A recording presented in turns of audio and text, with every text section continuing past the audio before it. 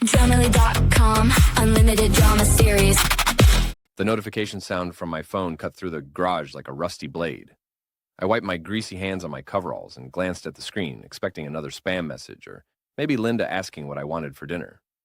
Instead, I saw something that made my stomach drop like a stone through water. My name was Aaron Mitchell, and I'd been fixing transmissions for 15 years in this cramped garage behind our house. The work was honest, the pay decent, and it kept my hands busy while my mind wandered. Tonight, though, my wandering mind came to a screeching halt. The group chat notification showed Linda's name, followed by a preview that made me nearly drop my phone into the oil pan. There, in living color on my cracked screen, was a photo I'd sent to Linda 3 months ago, during one of our rare, intimate moments. A photo that was never, ever supposed to leave our private messages. Well, isn't this just perfect? I muttered, scrolling through the comments that had already started piling up. Linda's friends were having a field day. Monica, her self-appointed best friend and social media queen, had already posted 3 laughing emojis. Jessica from her office added a comment about poor Aaron.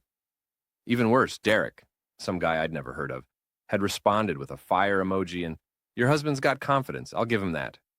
My hands started shaking as I read Linda's response. "Oops, wrong chat. But hey, my friends think you're brave, honey." Brave. Right. More like humiliated beyond repair. I set the phone down and tried to focus on the transmission in front of me. But the gears and springs might as well have been ancient hieroglyphics. All I could think about was that photo making its way around Linda's social circle, probably getting screenshotted and shared beyond her little group. The garage door creaked as Linda walked in, her heels clicking against the concrete floor. She looked immaculate, as always. Fresh from her marketing job downtown, not a hair out of place. "Aaron, sweetie, I am so sorry about that," she said, but her tone carried about as much sincerity as a politician's campaign promise. "You know how these group chats work. One wrong tap and..." "One wrong tap?" I stood up, wiping my hands again. "Linda, that was a private moment between us. How does something like that just accidentally get posted?" She shrugged, checking her manicured nails. "These things happen. Besides, it's not like anyone saw anything too scandalous. You should be flattered. Monica said you looked good for 42. Flattered. I repeated the word like it tasted rotten.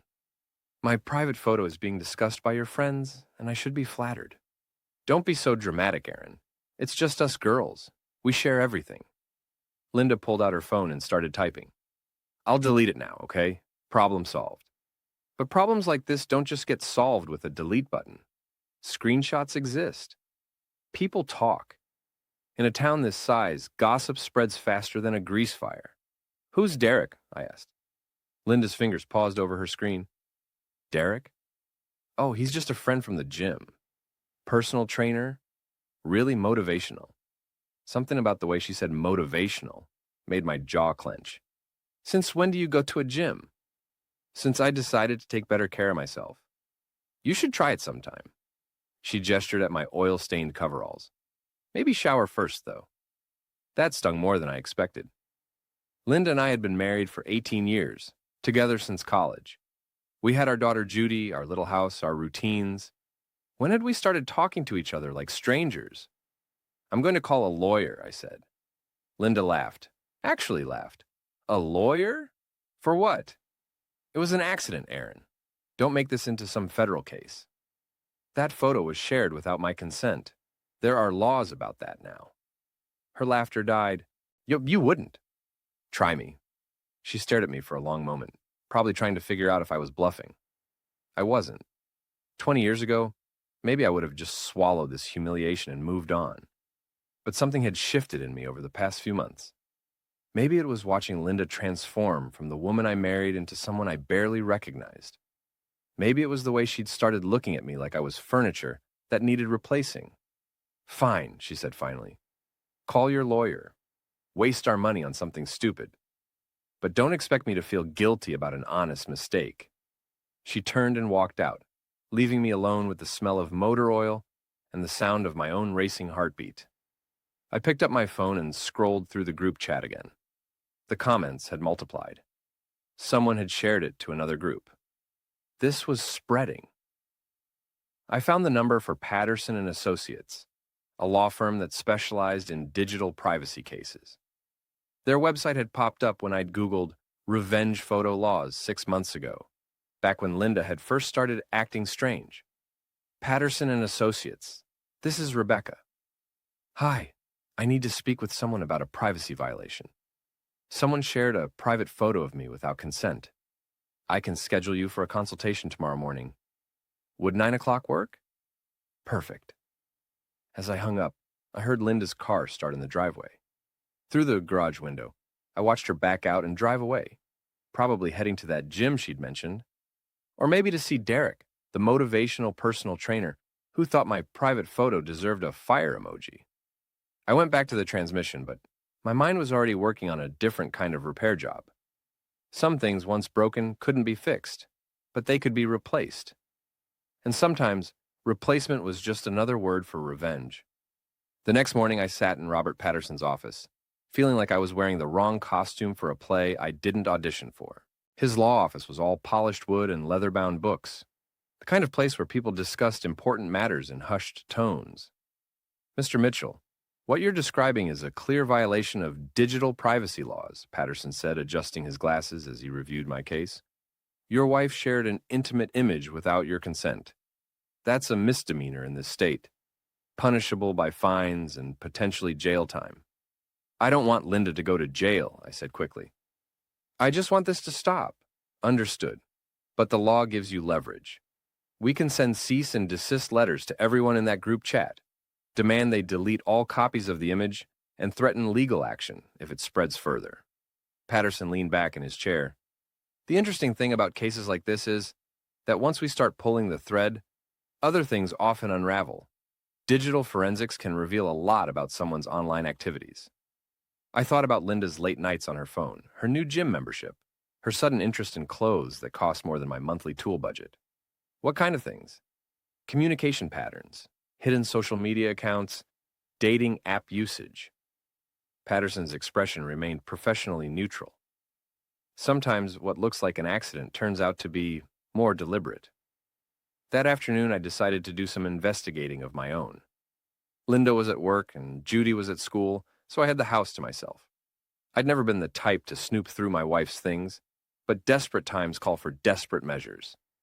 Linda's laptop was password protected, but I knew her well enough to guess. Judy, 2005, our daughter's name and birth year. She'd always been predictable with passwords. Her email revealed nothing unusual. Work correspondence, shopping receipts, mom blog subscriptions. But her browser history told a different story. Multiple visits to Derek's gym website. His Instagram profile, viewed dozens of times. And then I found something that made my chest tighten. A dating profile on some app called Spark. Linda's profile photo showed her an address I'd never seen, taken at some upscale restaurant I'd never been to. Her relationship status was listed as, "It's complicated." The messages in her Spark account went back 3 months. Derek wasn't just her personal trainer. He was her workout buddy, her motivation, and according to their increasingly flirtatious exchanges, her escape from the ordinary. I screenshotted everything. That evening, Linda came home later than usual, claiming she'd had dinner with Monica after her workout. She looked radiant in a way that made my stomach turn. "How was your day, honey?" she asked, kissing my cheek like we were actors in a commercial for breakfast cereal. "Productive," I said. "Met with a lawyer this morning."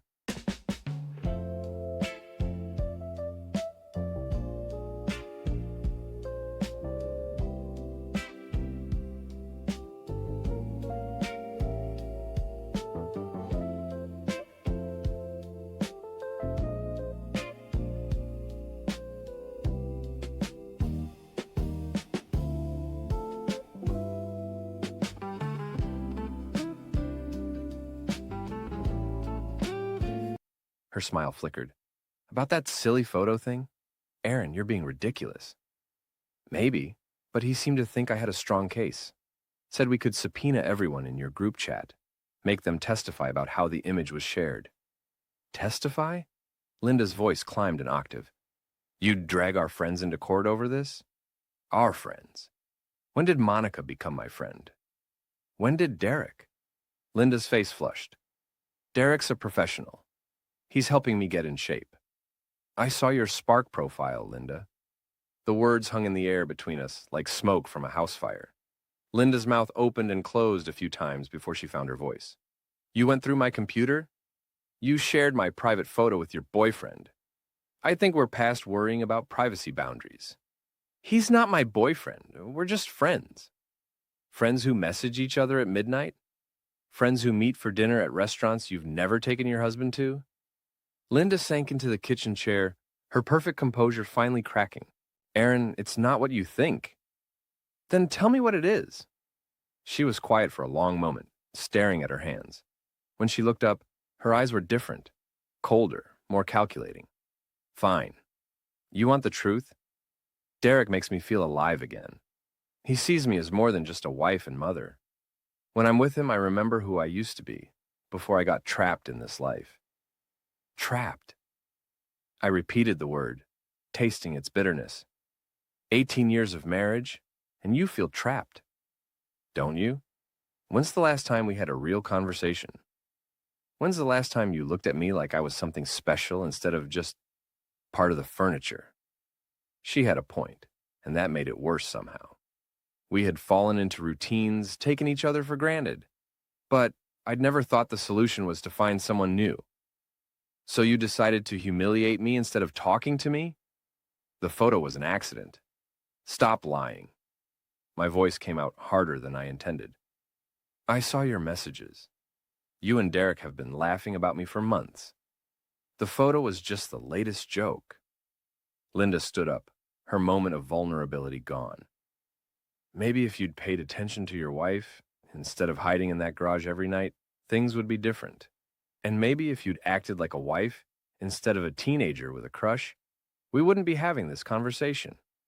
The front door slammed and Judy walked in, backpack slung over her shoulder, earbuds dangling around her neck. She looked between us and rolled her eyes. Let me guess? You're fighting about Dad's naked photo again? My face burned. How do you know about that? Mom's friend Monica posted about it on Facebook. Some of my friends saw it. Thanks for making my senior year even more awkward, Dad. She stomped upstairs, leaving Linda and me staring at each other across a kitchen that suddenly felt like a battlefield. Monica posted about it on Facebook? I asked. Linda looked genuinely surprised. She wasn't supposed to do that. I told her to keep it in the group, but she didn't. And now my daughter's classmates know about it, and probably their parents, and anyone else who follows Monica's drama-filled social media presence.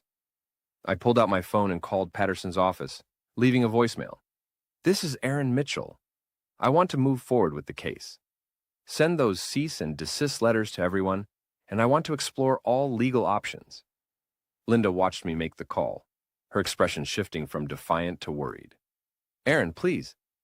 Let's talk about this like adults. Adults don't share their spouses' private photos for entertainment. Adults don't create dating profiles while they're still married. Adults don't humiliate their family for the sake of impressing some gym trainer. I headed toward the garage, then turned back. Oh, and Linda? That lawyer mentioned something interesting about digital forensics. Apparently, they can recover deleted messages, prove intent, show patterns of behavior. So if there's anything else you want to tell me about your friendship with Derek, now might be a good time. Her face went pale, which told me everything I needed to know. As I walked back to my garage, I felt something I hadn't experienced in years, a sense of purpose. For too long, I'd been reactive, letting life happen to me instead of taking control. But now I had a mission. Some people collect stamps, others restore classic cars. Me? I was about to become an expert in the art of consequences. Patterson's cease and desist letters hit Linda's social circle like a tornado through a trailer park. Within 24 hours, my phone was buzzing with panicked messages from people I barely knew. Monica called first, her voice shrill with indignation. Aaron, this is absolutely insane. You're going to sue us over a harmless mistake? Harmless? I was replacing the brake pads on Mrs. Henderson's Honda, but I stopped to give Monica my full attention. My daughter's friends are talking about it at school. My neighbors are whispering. How is that harmless? It was just girl talk that got out of hand. You're making this into something it's not. Then you won't mind testifying under oath about how it happened." The line went quiet for a moment. "You're really going through with this?" "Unless everyone involved deletes every copy of that photo and signs a legal agreement promising it won't happen again, yes." "What about Linda? She's your wife. This will hurt her too." I almost laughed. "Monica, Linda created this mess. She can deal with the consequences." After I hung up, I felt better than I had in months. There's something satisfying about watching people scramble when they realize their actions have real-world implications. That evening, Derek showed up at my house. She texted you come back to bed at 3 a.m. Last Tuesday, you told me you were at your sister's. Watch more on Grammarly.com. I was washing my hands at the kitchen sink when I saw him through the window. Tall, muscled, wearing gym clothes that probably cost more than I made in a week. He had the kind of artificially perfect appearance that screamed social media influencer. Linda wasn't home yet, which made his visit even more interesting. I opened the front door before he could knock. "You must be Derek." "Mr. Mitchell." He flashed a smile full of unnaturally white teeth. "I think we need to talk." "About what?" "About this legal situation. It's getting out of hand." I stepped onto the porch, closing the door behind me. Derek was bigger than me, but I'd been working with my hands for decades. There's a difference between gym muscles and real strength. "You think so?" "Look, the photo thing was an accident. Linda feels terrible about it. But this lawyer stuff, sending threatening letters to everyone, that's not solving anything. It's solving my problem. See, Derek, when someone violates your privacy, you have two choices. Let them get away with it, or make sure they understand why that was a mistake." Derek's smile faded. "Linda told me you were being unreasonable about this." "Linda told you?" I stepped closer. "Exactly how much does my wife tell you about our marriage?" "We're friends. She needed someone to talk to." "Friends," I nodded slowly. "Is that what you call it, when you take someone's wife to expensive restaurants and exchange midnight messages about escaping ordinary life?" Derek's confident facade cracked slightly. "She told you about that?" "She didn't have to. I found your little love nest of messages all by myself. Turns out my wife isn't as clever as she thinks she is. Listen, man, I never meant for things to get complicated, but they did get complicated. And now you're standing on my porch, trying to convince me to drop a lawsuit that could expose exactly how complicated they've gotten." Derek's jaw tightened. "What do you want?" "I want you to stay away from my wife. I want you to delete every photo, every message, every trace of whatever this relationship is. And I want you to pray that when my lawyer starts digging into digital records, he doesn't find anything that makes me angrier than I already am." "And if I don't?" I smiled, and it wasn't a friendly expression. "Then you'll find out what happens when someone pushes a man who has nothing left to lose." Derek stared at me for a moment, probably trying to decide if I was bluffing. I wasn't. Something fundamental had shifted in me over the past few days. The old Aaron would have avoided confrontation, tried to work things out quietly. But the old Aaron had also trusted his wife and believed that treating people with respect meant they'd return the favor. "This isn't over," Derek said finally. "You're right about that." He walked back to his flashy sports car, some imported thing that probably cost more than my house. As he drove away, I noticed Mrs. Landon from next door peeking through her curtains. By tomorrow, the whole neighborhood would know that Linda's friend had visited while she wasn't home. Small towns are like that. Gossip spreads faster than spilled oil. Linda came home an hour later, her face flushed with anger. "Derek told me you threatened him." I had a conversation with him. If he felt threatened, maybe that says something about his guilty conscience. "Aaron, you're acting crazy. This jealousy thing is not attractive." "Jealousy?" I laughed, but there was no humor in it. "Linda, I'm not jealous. I'm angry. There's a difference." "What's the difference?" "Jealous men worry about losing what they have. Angry men focus on making sure there are consequences for betrayal." Linda's phone buzzed and she glanced at it nervously. "Monica says you're demanding signed agreements from everyone in the group chat." "That's right. This is humiliating for me too, you know. My friends think I'm married to a psychopath." Your friends shared my private photo for entertainment. I don't really care what they think of me. What about what I think of you? I looked at my wife, really looked at her. She was still beautiful, still the woman I'd fallen in love with in college. But somewhere along the way, she'd become a stranger wearing Linda's face. What do you think of me, Linda? She hesitated, which was answer enough. I think you've changed, she said finally. The Aaron I married wouldn't act like this. The Aaron you married wouldn't have needed to. The Aaron you married trusted his wife. He believed in working through problems together. He thought marriage meant being on the same team. We can still be on the same team. No, we can't. You chose Derek's team when you started sharing our private moments with him. You chose Monica's team when you let her turn our marriage into social media entertainment. You chose everyone's team except mine. Linda's eyes filled with tears, but I felt nothing. Somewhere in the past few days, my capacity for being hurt by her had simply shut down. So what happens now, she asked. Now, you live with the consequences of your choices, just like I'm living with the consequences of mine. My phone rang, Patterson's office. Mr. Mitchell, we've received responses to our cease and desist letters. Most of the recipients are willing to comply, but there's a problem. What kind of problem? The image has been shared beyond the original group. We're tracking at least 12 additional social media accounts that have posted it. This is going to require a much more aggressive legal approach. I looked at Linda, who had gone pale, listening to my side of the conversation. Do whatever you need to do, I told Patterson. Send bills for all costs to my wife. She created this mess. She can pay to clean it up. After I hung up, Linda sank into a chair. 12 accounts? She whispered. Congratulations. Your little accident has gone viral in our social circle. Judy's going to love explaining this to her college admissions counselor. Aaron, please, I'll do anything to fix this. Anything. She nodded eagerly. Then go pack a bag and stay somewhere else for a while.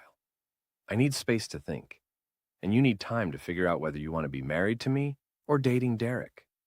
You're kicking me out of our house? I'm giving you what you wanted. Freedom from this trapped feeling you mentioned. Consider it a trial separation. And if I refuse, then you can explain to Patterson why you're not cooperating with the legal case you created. I'm sure he'll find that interesting when he's calculating damages. Linda stared at me like I'd grown a second head. I don't understand what's happened to you. I grew a spine, Linda. Apparently that's confusing for people who are used to walking all over me. She went upstairs to pack, and I sat alone in our kitchen, listening to drawers slamming and hangers clattering. For the first time in weeks, I felt calm. Some people are afraid of burning bridges, but sometimes you need to burn the bridge to stop the enemy from crossing it again. 3 days after Linda moved in with Monica, my phone rang at 6 a.m. It was Patterson, and he sounded excited in the way lawyers get when they smell a big settlement. Aaron, you need to see what our digital forensics team found. Can you come in this morning? An hour later, I sat in Patterson's conference room, staring at printed screenshots that told the story of my marriage's destruction in painful detail. Your wife and Derek have been planning this for months, Patterson explained, spreading the documents across the table. The photo leak wasn't an accident. Look at this message thread from 2 weeks before it happened. Derek's message read, "We need something to make him look pathetic. Something that'll make him want to leave on his own." Linda's response, I have an idea. Something that'll embarrass him so much he won't want to fight the divorce. My hands clenched involuntarily. They planned this. It gets worse. They've been documenting everything, your work schedule, your finances, even conversations with Judy about college expenses. They were building a case to make you look like an absent, financially irresponsible father. Patterson flipped to another page. Derek's been researching divorce law, specifically how to maximize Linda's settlement. He even contacted 3 different divorce attorneys on her behalf. Why would Derek care about Linda's divorce settlement? Because he's broke. His gym is failing. He owes money to several creditors, and he's been evicted from 2 apartments in the past year. Your wife isn't just his escape from ordinary life. She's his escape from bankruptcy. The pieces clicked into place. Derek's expensive car was leased. His flashy lifestyle was financed by credit cards and loans. He needed Linda's divorce settlement to save his own financial skin. So, what are my options? Patterson smiled like a shark. We have them on conspiracy, intentional infliction of emotional distress, invasion of privacy, and potentially fraud. Linda's been moving money from your joint accounts into a private account Derek helped her set up. She's been stealing from me? Small amounts over several months, probably hoping you wouldn't notice until after the divorce proceedings started. I thought about all those late nights Linda had spent balancing the checkbook, all those small discrepancies I'd attributed to her shopping habits. How much? $12,000 so far. That was my daughter's college fund. Money I'd saved by working overtime, skipping vacations, driving an old truck instead of buying something newer. I want to press charges. Criminal charges will take time, but we can freeze their assets immediately and demand full restitution.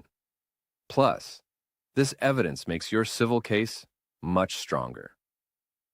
Do it. That afternoon, I drove to Derek's gym. The parking lot was nearly empty. Never a good sign for a business that depended on membership fees. Inside, Derek was training a client who looked like she could bench press a small car. I waited until they finished their session before approaching. We need to talk, I said. Derek glanced around nervously. I'm busy. Not too busy to plan my divorce with my wife. Not too busy to help her steal my daughter's college money. His client, apparently sensing drama, grabbed her water bottle and headed for the exit. I don't know what you're talking about, Derek said. I pulled out my phone and showed him one of the screenshots. Digital forensics is amazing these days. They can recover deleted messages, track financial transfers, even prove when photos were intentionally shared instead of accidentally leaked. Derek's face went through several color changes. Look, man, it wasn't my idea. But you went along with it. You helped plan it. You researched divorce lawyers and helped Linda hide money from our joint accounts. She said you guys were already getting divorced. She said you knew about us. And you believed that? Derek looked around his empty gym, probably calculating how much this lawsuit was going to cost him. What do you want? I want every penny you helped Linda steal from me. I want a signed confession about your role in this conspiracy, and I want you to disappear from our lives completely. And if I don't, then you'll find out what it feels like to lose everything you've worked for. Your gym, your reputation, your freedom. Because what you and Linda did isn't just grounds for a civil lawsuit, it's criminal fraud. Derek was quiet for a long moment, watching a potential client peer through the front window before deciding to keep walking. How do I know you won't sue me anyway? You don't. But cooperation might convince me to settle for restitution instead of pushing for jail time. I need to think about it. You have 24 hours. After that, my lawyer files criminal charges and civil suits against both of you. I left Derek standing in his failing gym, probably wondering how his brilliant plan had gone so wrong. The truth was, most people aren't nearly as clever as they think they are. They just assume everyone else is stupider than they are. That evening, Linda called. Aaron, we need to talk. Derek told me about your conversation today. I'm sure he did. This has gone too far. Can we meet somewhere and work this out like civilized people? Civilized people don't steal their spouse's money to fund an affair. Civilized people don't conspire to humiliate their partner for strategic advantage in a divorce. I can explain.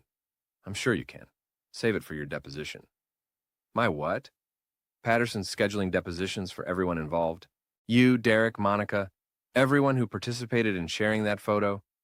You'll get to explain your actions under oath. The line was quiet for a moment. Aaron, please, think about Judy. This is going to destroy our family. Our family was destroyed the moment you decided Derek was more important than your marriage vows. I'm just making sure there are consequences for that choice. What if I end things with Derek? What if I move back home and we try counseling? It's too late for that, Linda. You can't unring a bell. So you're just giving up? 18 years of marriage, and you're throwing it all away over a mistake? I'm not throwing anything away. You already did that. I'm just refusing to pretend it didn't happen. After I hung up, I sat in my garage, surrounded by the familiar smells of motor oil and metal shavings. This space, had always been my sanctuary, the place where I could think clearly.